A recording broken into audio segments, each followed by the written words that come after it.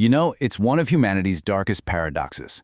For the last 600 years, our history has been this relentless cycle of conflict. War wipes out entire generations and completely redraws the map of the world. And yet, this incredibly destructive activity has, ironically, been one of the most powerful engines for inventions that shape our peaceful, everyday lives. So how on earth did the battlefield give us everything from candy to life-saving medicine? Okay, so let's just jump right in with a question. What could possibly connect a bag of candy, a revolutionary hygiene product, and maybe even the car sitting in your driveway? Well, the answer is as surprising as it is, frankly, a little unsettling. They all got their start on the battlefield. Let's talk M&Ms. During the Spanish Civil War, Forrest Mars, that Mars family, saw soldiers eating these little chocolates with a hard sugar shell that kept them from melting. A light bulb went off. He patented his own version, and by the end of 1941, you know who his first and biggest customer was? The U.S. Army. The candy that melts in your mouth, not in your hand, was the absolute perfect high-energy treat for soldiers in hot climates, and it was soon included in every single soldier's rations. Now, this one is a great example of an invention finding a totally different world-changing use. During World War I, a company called Kimberly-Clark invented this material called cellucotton. It was 5 times more absorbent than regular cotton and way cheaper to make, so perfect for bandages. But Army nurses on the front lines, they quickly realized this super absorbent, disposable stuff was also incredibly effective for their own personal hygiene. After the war, that battlefield improvisation became Kotex, the first commercially successful disposable sanitary pad, and it absolutely revolutionized life for millions of women. And here we have the birth story of an entire category of car. Before World War II, cars were mostly these heavy, comfortable machines built for paved roads. But the U.S. military needed something totally different. A light, nimble, all-terrain vehicle that could go absolutely anywhere. The result was the Willys MB, which we all know as the Jeep. It could handle mud, sand, rough terrain, you name it. After the war, that rugged utility created a massive civilian market, giving birth to brands like Jeep and Land Rover, and basically becoming the grandfather of every SUV on the road today. So those are just a few modern examples. But to really get to the root of this dynamic, we have to go back centuries to a single transformative invention, gunpowder. And this wasn't just a new weapon, it was a technology that would completely reshape society itself. You see, gunpowder fundamentally changed the rules of power. In 1453, massive cannons just shattered the supposedly unbreakable walls of Constantinople, a huge turning point in history. All of a sudden, stone castles, the very symbol of a feudal lord's power, were useless. Small, warring kingdoms just couldn't compete with larger states that could afford to mass-produce cannons and firearms. This gave rise to what historians call gunpowder empires. And all this demand for thousands of identical, reliable guns with interchangeable parts? Well, that was one of the key things that laid the groundwork for the Industrial Revolution. And this just shows you how vital this new technology was. The key ingredient in gunpowder is saltpeter. And for centuries, the best source was, well, waste. And this quote, it's not an exaggeration. Saltpeter was the strategic resource of its day, kind of like oil is today. Agents of the crown had the legal right to just walk into private property, homes, farms, even churches, to dig up earth rich in urine and feces so they could extract this critical component. That's how desperate governments were to get their hands on it. Now, this relentless government demand for weapons and all the materials of war, it created immense wealth. And that wealth, earned through military contracts, became the seed money and industrial foundation for huge corporations that are now household names for their completely peaceful products.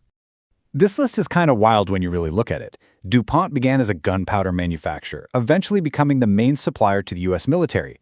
During World War II, they produced plutonium for the first atomic bomb. Today, we know them for Teflon, nylon, and Lycra. ThyssenKrupp forged the steel for German artillery and built tanks and U-boats. Now they build the silent elevators in our office buildings. Even Singer, famous for sewing machines, pivoted its factories during both world wars to mass-produce artillery fuses, grenades, and firearms. The profits of war really did build the empires of peace. And you want to talk about irony? It doesn't get much bigger than this one. Alfred Nobel, the man who invented dynamite and other super-powerful explosives, made a colossal fortune from it all. When he died, that very same fortune was used to create the Nobel Prizes, including the world's most prestigious award for peace. An invention of immense destructive power now funds the celebration of humanity's greatest achievements. Just think about that for a second. But the connection between war and progress gets really complex and, frankly, morally challenging. when we start looking at medicine. Because it's right here that the drive to win has led to some of the most profound, life-saving breakthroughs in human history. Just look at this comparison. It tells an incredible story. During the Spanish-American War, a soldier was far more likely to die from disease in a filthy camp than from an enemy bullet. Just 50 years later, in the Korean War, that situation had completely flipped. The massive killer on the battlefield wasn't infection anymore, it was combat. So what changed? 2 words: penicillin. Alexander Fleming, a doctor in World War I, was literally haunted by seeing soldiers die from infected wounds. Years later, he discovered a mold that killed bacteria, but he couldn't figure out how to produce it in large quantities. So the discovery just sat on a shelf for a decade. Then, World War II provided the critical push. The US government, desperate to save wounded soldiers, poured insane amounts of money into the project. They brought in Pfizer, a company whose expertise in deep tank fermentation for making citric acid turned out to be the key. They cracked the code for mass production, and just like that, the age of antibiotics was born. And the impact has been, well, staggering. It's estimated that this single, war-accelerated drug has saved over 200 million lives worldwide. That's a legacy of battlefield urgency written in saved generations.